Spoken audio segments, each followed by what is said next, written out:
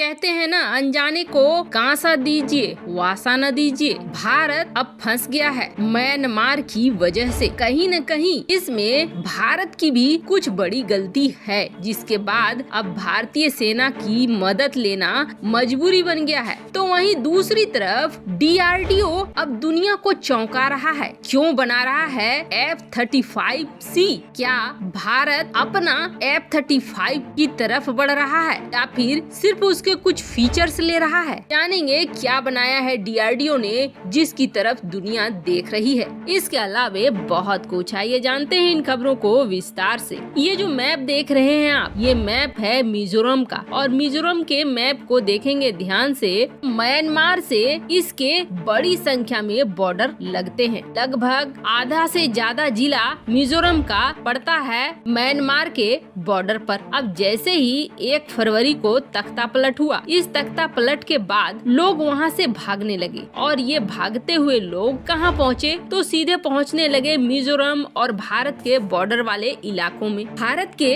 केंद्र सरकार की तरफ से ये स्पष्ट आदेश था कि किसी भी रिफ्यूजी को न लिया जाए और उन पर कार्रवाई की जाए। पर इस आदेश की अवहेलना करते हुए मिजोरम के CM जोरैंगथामा ने न सिर्फ रिफ्यूजियों को आने दिया, बल्कि उनके लिए शेल्टर का, उनके लिए स्कूल की भी व्यवस्था कर दी। ये भी ऑर्डर दे दिया कि रिफ्यूजी अपने बच्चों को यहाँ स्कूल में एंट्री करा सकते हैं। CM का ये कहना था कि चूंकि म्यांमार के जो कुछ समुदाय हैं, उसी समुदाय के लोग मिजोरम में भी रहते हैं और आपस में रिश्तेदार भी हैं, ऐसे में ये बहुत कनेक्टेड फील करते हैं, और कनेक्टेड फील करने की वजह से ऐसा होना चाहिए कि हम उन्हें रोके नहीं, उन्हें शरण दें, उन्हें रहने की जगह दें। ऐसा ही कुछ उस देश में भी हुआ था जिस देश का नाम था पर्सिया, जहाँ पारसी समुदाय के लोग रहते थे, और पारसी समुदाय के लोग बहुत ही अच्छे दिल के होते थे। वहाँ पर भी ऐसे ही रिफ्यूजी आने लगे, और ये रिफ्यूजी धीरे धीरे के लोगों ने उन्हें जगह दी, उन्हें खाने पीने को दिया। रिफ्यूजियों की संख्या बढ़ती चली गई, और एक वक्त ऐसा आया जब रिफ्यूजी की संख्या इतनी ज्यादा हो गई कि पारसी उसके सामने छोटे पड़ने लगे। तब उन रिफ्यूजियों ने मिलकर पारस के लोगों को भागने के लिए मजबूर कर दिया, और तब से पारसी समुदाय दुनिया भर के कई कोनों में फैला हुआ है और अपने देश से अलग थलग है, और वो देश आज दिनों में ईरान के नाम से जाना जाता है। अब आप जरा सोच सकते हैं, जो हालत पर्सिया की हुई, जो आज का ईरान है, और वैसा ही कुछ हालत भारत जैसे देश का भी हो सकता है, क्योंकि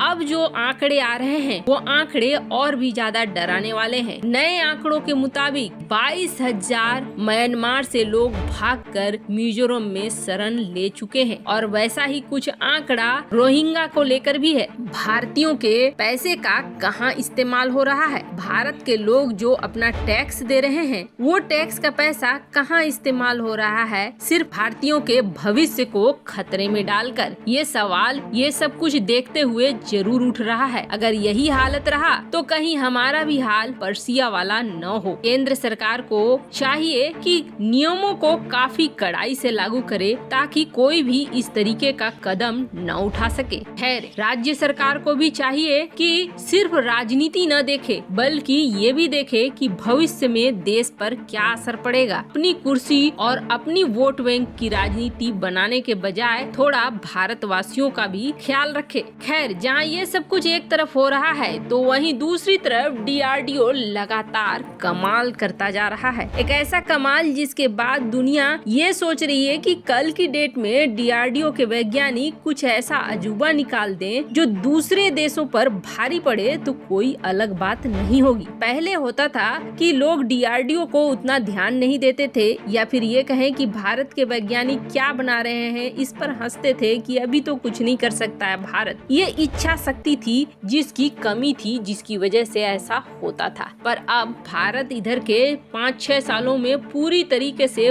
बदल चुका है, अपने नए एडवांस हथियारों को सामने लाता जा रहा है। और आपको बता दें, अब ऐसा जब भी कभी होता है कि DRDO किसी परीक्षण का ऐलान कर देता है, तो दुनिया भर की निगाहें चली जाती हैं कि ऐसा क्या परीक्षण कर रहा है, ऐसी कौन सी चीज बना रहा है। और अब भारत का कुछ F-35 जैसा मॉडल दिखा है, और ये मॉडल चर्चा का विषय बन गया है कि क्या DRDO F-35 बनाने पर काम कर रहा है। अब F-35 में ऐसी क्या खासियत है, तो आप समझ लीजिए F-35 के 3 वेरिएंट हैं और तीनों वेरिएंट की अलग अलग खासियत है। F-35 के जो ये 3 वेरिएंट है, तीनों वेरिएंट में सबसे बड़ी बात है लैंडिंग, और तीनों की लैंडिंग में डिफरेंस है, अंतर है। F-35 को बेहद शक्तिशाली बनाता है इसका लैंडिंग फीचर, जो अमेरिका ने खास तौर पर डाला है और लाखों डॉलर इस फीचर को बनाने के लिए डाला है। ये फीचर कितना महत्व रखता है इससे आप अंदाजा लगा सकते हैं। उड़ने का और वापस से जमीन में उतरने का ये फीचर बेहद खास है। अब बात करें F-35 के ए वेरिएंट की, तो ये ए वेरिएंट नॉर्मल फाइटर जेट की तरह लैंडिंग करता है और नॉर्मल फाइटर जेट की तरह टेक ऑफ करता है। लेकिन जो वी वेरिएंट है इस पे कुछ बदलाव किए हैं अमेरिका ने, और अमेरिका ने इसमें दे दिए हैं एडवांस फीचर। वी वेरिएंट में क्या होता है कि इसके पास 2 ऑप्शन है, नॉर्मल फाइटर जेट की तरह टेक ऑफ करे और लैंडिंग करे। वहीं दूसरा इसके पास ऑप्शन है कि जिस तरीके से हेलीकॉप्टर वर्टिकल अपनी जगह पे खड़े खड़े उड़ जाता है, वैसे ही F-35B भी अपनी जगह से धीरे धीरे ऊपर बड़े आसानी से उठ सकता है। जिस तरीके से हेलीकॉप्टर टेक ऑफ करता है उसी तरीके से F-35 भी टेक ऑफ कर सकता है। इसके लिए रनवे की जरूरत नहीं पड़ेगी। ये फीचर बेहद खास है, इसलिए खास है कि मान लीजिए फाइटर जेट जंग की मैदान में उतर चुके हैं, तो सबसे बड़ा टारगेट रहेगा सामने वाले दुश्मन का कि उड़ाने से पहले टेक ऑफ करने वाली चीजों को उड़ा दो। न टेक ऑफ कर पाएगा फाइटर जेट और न ही हमला बोल पाएगा। वैसी परिस्थिति में अगर F-35 फंसता है तो F-35 जहाँ भी रहेगा वहाँ से ही टेक ऑफ कर लेगा, चाहे वो खेत में रहे, खलियान में रहे, चाहे रनवे उसका टूट ही क्यों न गया हो। ये फीचर इसीलिए बेहद खास है और इसीलिए अमेरिका ने इसमें लाखों डॉलर फूंक दिए। सीधी वर्टिकली हेलीकॉप्टर जैसे उड़ान भरना ये इसके सबसे महत्वपूर्ण फीचर है। अब जो F-35C है उसमें ये फीचर तो है ही कि वर्टिकल लैंडिंग कर ले या वर्टिकल टेक ऑफ कर ले, तो वहीं दूसरा है कि ये दुश्मन को आसानी से चकमा दे देगा। दुश्मन ये सोचेगा कि किसी रनवे का इस्तेमाल होगा, उसके बाद फाइटर जेट वहां तक पहुंचेगी, लेकिन ये तो कहीं से भी उड़कर पहुंच जाएगा। अब भारत दरअसल एक खास तरीके का ड्रोन बना रहा है और ये ड्रोन कुछ उसी तरीके से काम करेगा जिस तरीके से